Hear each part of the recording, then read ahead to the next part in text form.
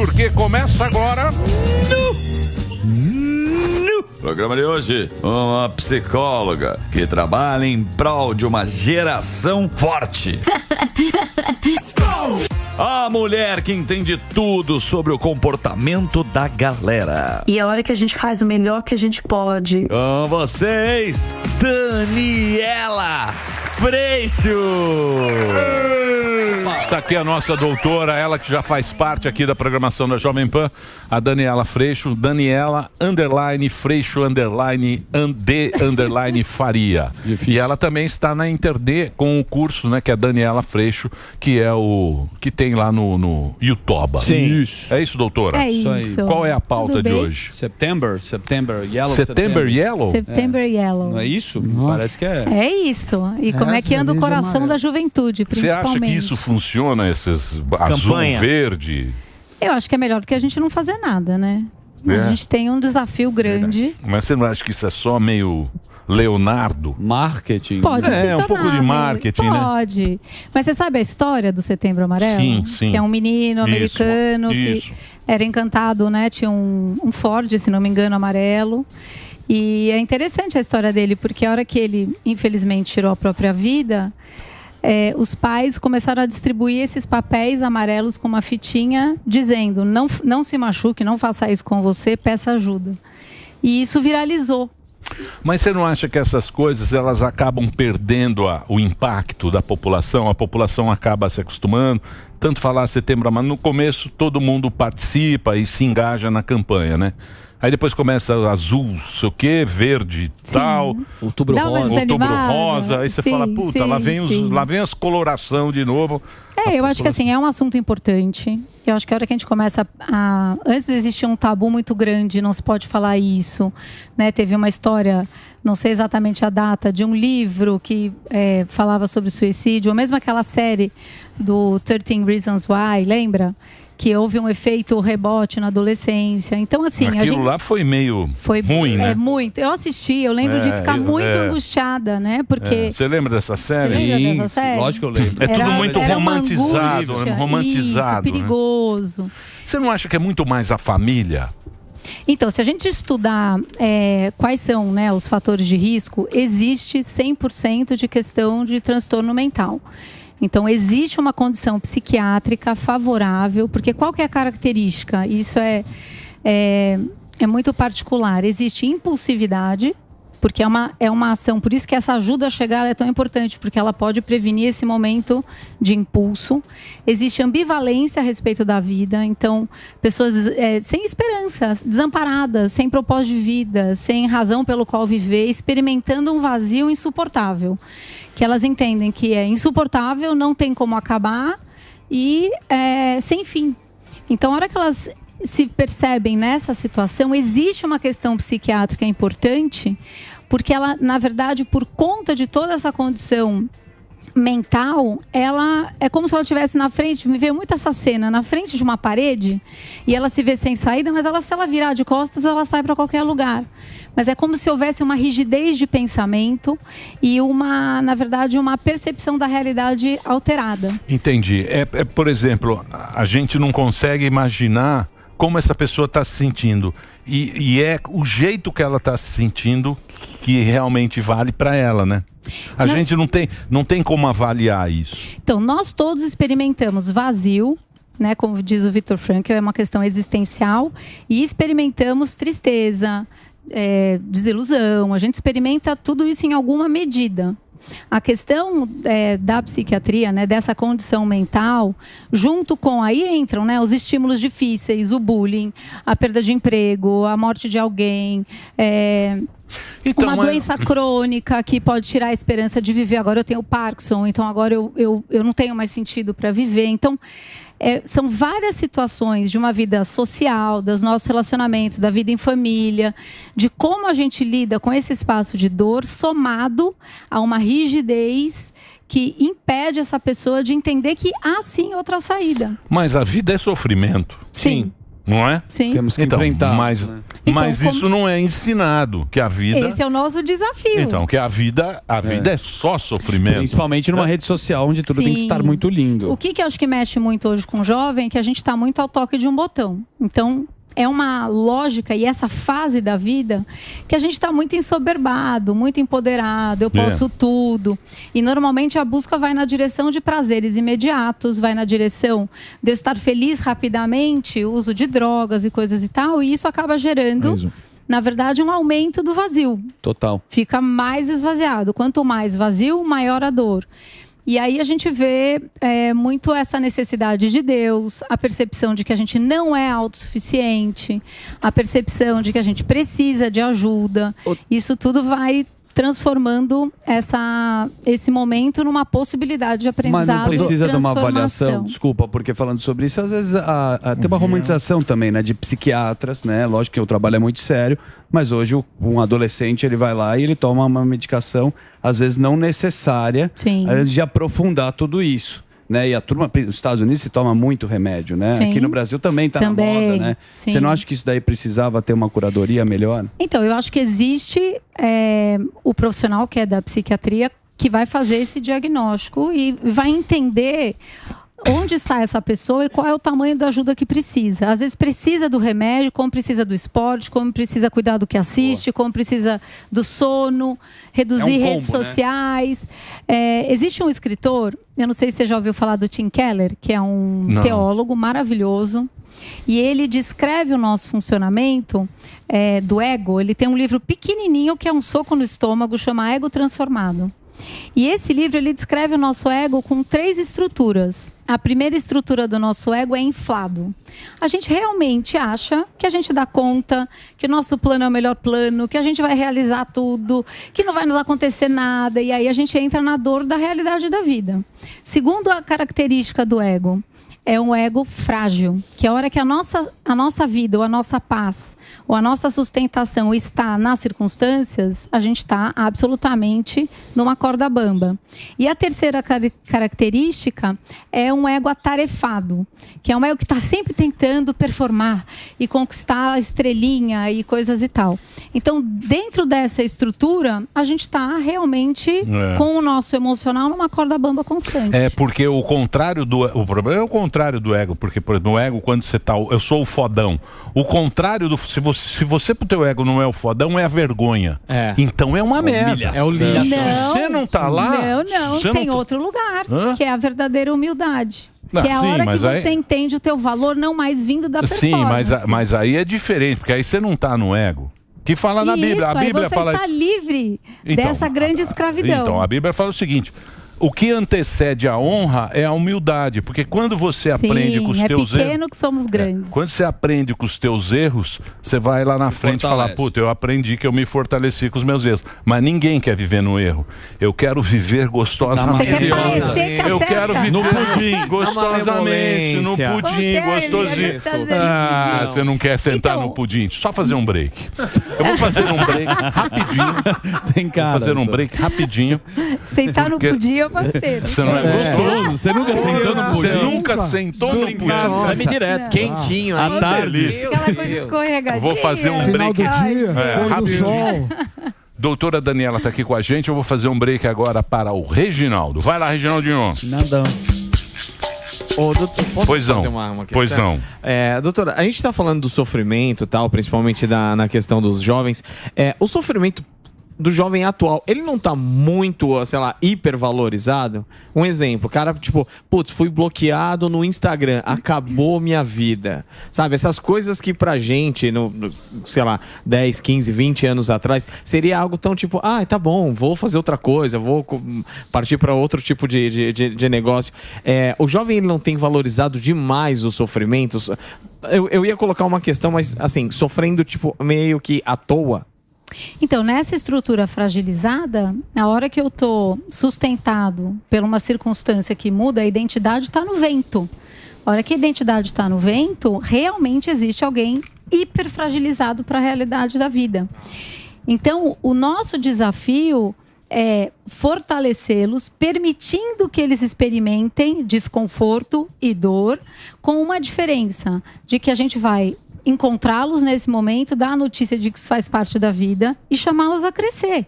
Então você teve exatamente essa fala que você fez. Você não foi convidado, não pertenceu. Sim. O que você vai fazer a respeito disso? Não dá para vitimizar o tempo inteiro, vilanizar o outro o tempo inteiro e ficar esperando ser salvo.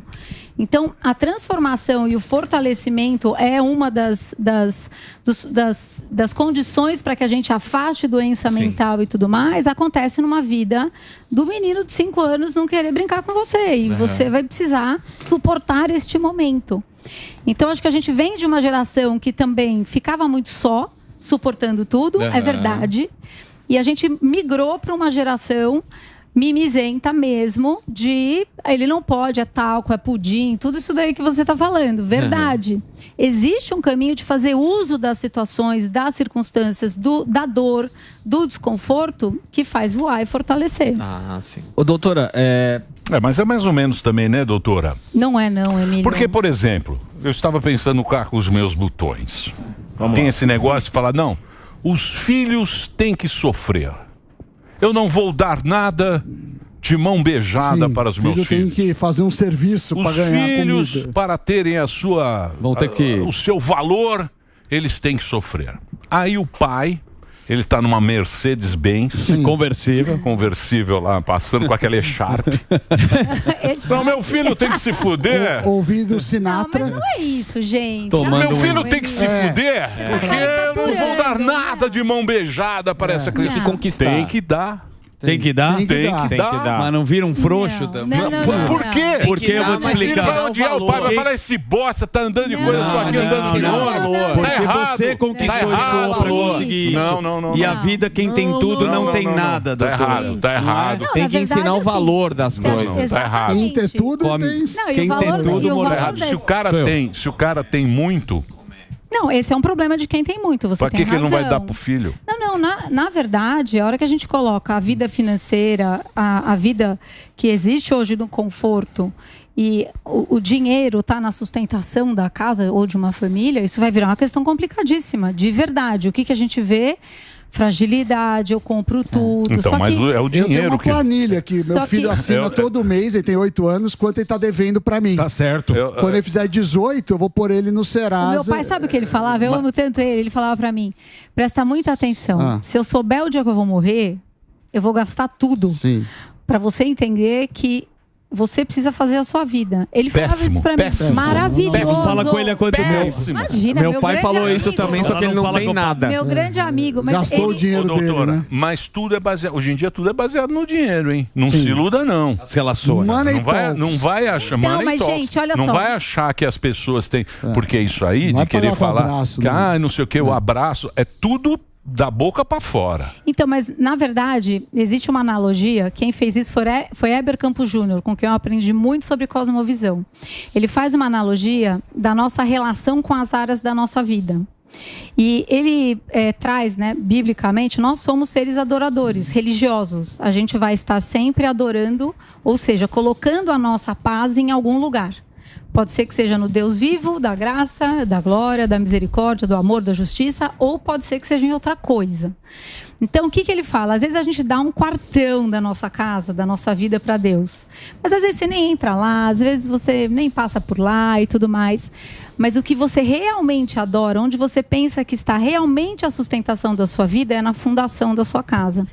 Então, num momento, né, da nossa sociedade extremamente individualista, egocêntrica, performática, o que acaba acontecendo é que a gente acaba colocando a paz em cima de um lugar que não tem paz. Muito bem, estamos de volta aqui na Jovem Pan para todo o Brasil, na nossa rede de rádio. Voltamos agora, estamos aqui com a doutora Daniela Freixo, conversando aqui com a gente sobre vários assuntos. Muito obrigado pela sua audiência na rede de rádio. Lembrava-me você falando de dinheiro, tal, não sei o quê, do Sêneca. O Sêneca era um estoico. Verdade. Sim. Os estoicos, eles são meio para controlar, não, mais ou menos, meio para controlar. Aí ele falava o seguinte, que eu fiquei pensando com os meus estoicos, que ele fala o seguinte: pobre não é quem tem menos. O pobre é quem quer ter mais. Esse é o pobre. O Sêneca falava isso. É verdade. É verdade.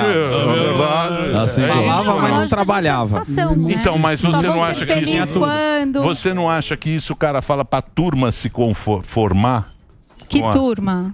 Os estoicos. Os estoicos. O cara fala isso, você fala, beleza, então eu não quero ser pobre. Vou ficar na nota 6. Quero nada, vou ficar eu tô feliz aqui na nota 6. Então, gente, mas isso é um avesso, né? Então eu vou me contentar com o mínimo, eu não faço o melhor que eu posso, eu não entrego o melhor, eu não melhoro, eu não aprimoro. Então, mas talvez aí esteja a felicidade. É a gente. Você nunca vai atingir. Bem-vindo ao pânico. Zona de conforto. Calma, demorou pro sofá. Conforto não acontece nada mesmo. Então, mas não é gostoso o conforto? Então, mas chega aquele uma travesseirinho hora, quente da NASA. Chega uma hora, o pudim, chega uma hora. Sentar no pudim, sentar no travesseiro gostoso. Não, é aquela cumbuca com comida confortável. Então, cobertor. Mas, gente, vamos pensar uma coisa. Chega uma hora que a gente volta para Viktor Frankl. Que bate um vazio, você não tem sentido para levantar. Você tem talentos, dons que você foi chamado a colocar no mundo da melhor forma. A hora que você não faz isso, em algum momento vai baixar a depressão, vai baixar a ansiedade, você não tem pelo que acordar. Então, por mais que você goste do conforto, permanecer nele não é viável. Não, é gostoso. É gostoso. Mas não é viável permanecer, gente. A gente passou a vida toda tentando entrar na zona de conforto, aí agora chega a galera querendo tirar. Bem na minha vez. Doutora, deixa eu perguntar. Bem na minha vez, agora você quer mudar. Agora você quer que a gente levante. Bem na minha vez, você quer mudar. Não, são momentos de descanso. Não, doutora. Deixa pra próxima geração. A minha vez vai ser assim. Aí você faz com seus filhos. Agora, a gente até pensa nesse conforto, mas a gente não tem controle sobre as circunstâncias. Muda a economia, Sami. Sim, não. Na minha vez você não vai mudar nada. Negócio, vai mudou mudar tudo, na sua. Entende? Então... não vem desamarrar minha rede. Eu acho que o ideal... Pra mim, o que é zona de conforto? Sim. Você falar, o que é zona de conforto? É você falar foda-se gostosamente. 3 vezes por dia. É o estar-se bem. Fala aí alguma coisa pra mim. Assim, vamos jantar com os amigos. Não tô afim hoje. Emílio, vamos gravar o podcast. Não quero. Emílio, você viu que o Corinthians perdeu? Então, mas na verdade você está dizendo eu vou fazer o que me faz sentido sem me preocupar com as pessoas. Isso é zona de liberdade. conforto. Não, isso é liberdade. Não, zona de conforto. A gente não tem liberdade. Isso às vezes nem é confortável. A liberdade acho que você nunca vai ter. A liberdade você tem quando você está livre de ficar tampando vazio com migalha. Tem que de você, não tem liberdade. Não tem liberdade. Gente, mas liberdade do teu valor, da tua identidade, verticalmente, claro que você tem. Internamente. Claro que você tem, sim. Exatamente. Boa, doutora. Liberdade de você agir corretamente, apesar dos outros, não, é uma liberdade escolha. de você agir como você quiser, agir corretamente. Mas tudo você acha que a gente... Você acha que a gente... Nossa, gente, que profundidade. Lógico, isso aqui é profundo. Na verdade, você acha... A liberdade, a senhora não sabe, mas a gente tá bêbado. Não, o Sam me falou fazer o que quiser. A liberdade não é você fazer o que quiser, é você não fazer o que você não quer fazer. Saber falar não, lembra que esse era o assunto? Então, essa é a liberdade. Então não case. O cara casou, já era. Acabou. O cara de bem, um homem de bem, um homem de bem, o cidadão de bem, um homem de bem, casado. O que seria da sua vida se você estivesse sozinho? Não. Nossa, você imaginou? Ele deu quase deu uma cambalhota aqui. Que? Tá bom. Só de imaginar. Sentado no pudim. Traz o pudim que a gente vai estender. Banheira do vovô. Não, e você vai tendo filho, eles brigam pra ver quem manda mais em você. Quanto se é ele tempo ou a vai? mulher. Vocês estão de férias, é uma delícia. Não chega uma hora que cansa? Não. Gente, claro que cansa. Se pudesse férias eternas. Não, se desse... Você fica improdutivo, você não... gente. Eu não fico. A gente fica improdutivo trabalhando. Não é que você não viu, a gente faz muito. Sam é bom de férias, quebrou a classe. Sério. Não, mas É bom. Doutora. Escolhe bem o passeio. Muito. Você tá melhor, Sam? Não, mas eu tô domando. Não, como é que ele tá bem? Ele tá tomando remédio do Michael Jackson. Trudel. Ô, doutora. Para, isso é sério, tenha atenção com sério. isso. Falta 3 vezes aqui, você vai ver o que o RH... Ô, doutora, esse é o grande assunto. Esse é o grande assunto hoje em dia, né? As pessoas tentando encontrar o caminho delas, né? Eu acho a coisa mais difícil, eu acho que as pessoas tinham que descobrir qual é o talento delas. Sim. Porque às vezes a gente quer buscar felicidade, todo mundo quer ser feliz, né? Sim. Você não quer? Eu quero. Todo mundo quer ser feliz. Mas o ponto é o que a gente entendeu então, que era isso. Mas o difícil é você saber qual é o talento que você tem. Sim. Eu, por exemplo, não sei qual é o meu talento. Acho que é ser chato. Emílio, vai. Acho que eu sou chato. Eu sou chato. Gente, Mas na eu não sou chato. Eu sou muito chato. Não, não é não. Então, isso é característica, não é talento. Então, meu Na talento verdade- é ser chato. Então, mas ó, vamos... Você é um bom chato. Então, o meu é não, bom. Não, para. ele tem a. Sim, não é todo mundo Não é todo mundo consegue que sabe ser ser Mas, chato. ó, mas, ó, O meu é vamos- ser isso aí. reclamão. Eu Não, sou mas, bom. ó, um último Porque como é que eu ponto. percebo? Ah, para, vai. Como é que eu percebo que eu sou chato? Eu entro numa Assim. sala, todos saem. E ficam Isso. quietos. Não é. Tá todo mundo comemorando. O Emílio chega, tá tudo. Beleza. Fica um silêncio. E aí, pessoal, beleza? No almoço, o pessoal começa a pedir Uber, táxi. Não, Começa a mentira, chegar. cara. Sai Eu vou almoçar com você hoje, Emílio. Vai no Vamos sofá da conversar. Paulina. Acaba nem de almoçar, parceiro. Eu acho que esse é o meu É talento. verdade? Não é verdade, é sério? verdade. Mas não é por Mas isso. talvez as pessoas tenham... Meu talento é esse. Mas não é só por Não, isso. não, mas só um ponto. É assim, ó. A gente existe nesse vazio existencial e a gente vai tentando ao longo da vida dar conta dessa equação. Chega uma hora que a notícia que a gente recebe, e ela é através de dor, eu passei por isso há 6 anos atrás, é a notícia de que você não é autossuficiente, de que você precisa de pessoas, você não é essa coisa gigantesca, você é pequeno, vulnerável. Sim, sem dúvida. A morte e a vida não estão no seu controle. E aí é a hora que a gente tem a oportunidade de se relacionar com Deus. E eu vou te dizer, a hora que a paz do alto chega no coração, Emílio, você vai estar livre das circunstâncias, você vai experimentar paz e você vai encontrar como que você passa a amar e servir de um jeito que não te esfole, não te acabe, entende? A medida disso é algo que está sendo aprendido, treinado. Mas no fim do dia, tudo fala sobre o nosso coração.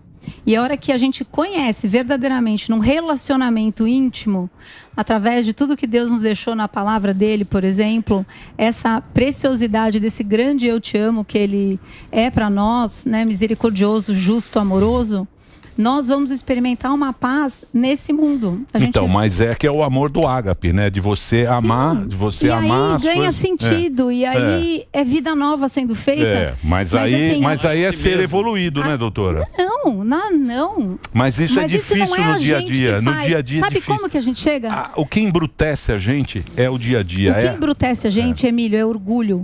O que a gente precisa fazer é entender o nosso tamanho e se render. Nós não estamos no controle. A hora que a gente experimenta esse lugar, ele sim é difícil, porque a gente vai se ver diferente Mas do que a tem gente hora que tem que gostaria. brigar, né? Não, tudo bem, mas Senão você é engolido. Você se posiciona a partir desse lugar. Mas não é mais sobre o que o outro vai dizer, nem sobre a resposta que o outro tem pra você. É sobre Aqui você tem muito tá... pau mandado. Opa! Muito pau Aí, mandado. Alba. Verdade. Começa já em casa da esposa. Não, hoje eu só Passa tô mais maquiagem. saidinho porque a Paula tá viajando. Deixa eu só agradecer a doutora. Tem internet, viu? Doutora Daniela tá aqui com a gente. Põe a rede social. Tem lá, você tá com o curso, né, doutora? Então, eu tenho uma mentorias, né, para Isso. pais Isso. e educadores. Uma delas para a gente lidar com esse nosso próprio coração, parar de descarregar a frustração em cima de quem a gente mais ama.